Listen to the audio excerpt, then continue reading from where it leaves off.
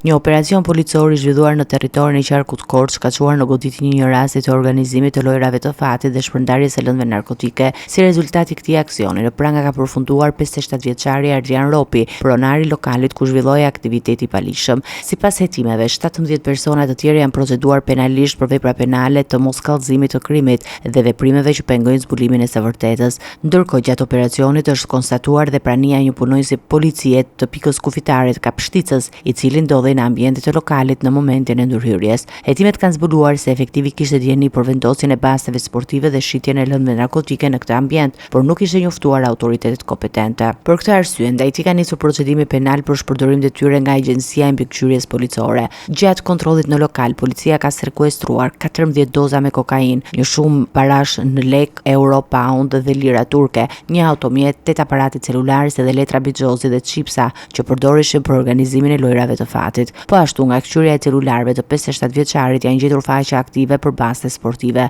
Hetimet vijojnë për dokumentimin e plotë të aktivitetit palishëm dhe identifikimin e personave të tjerë.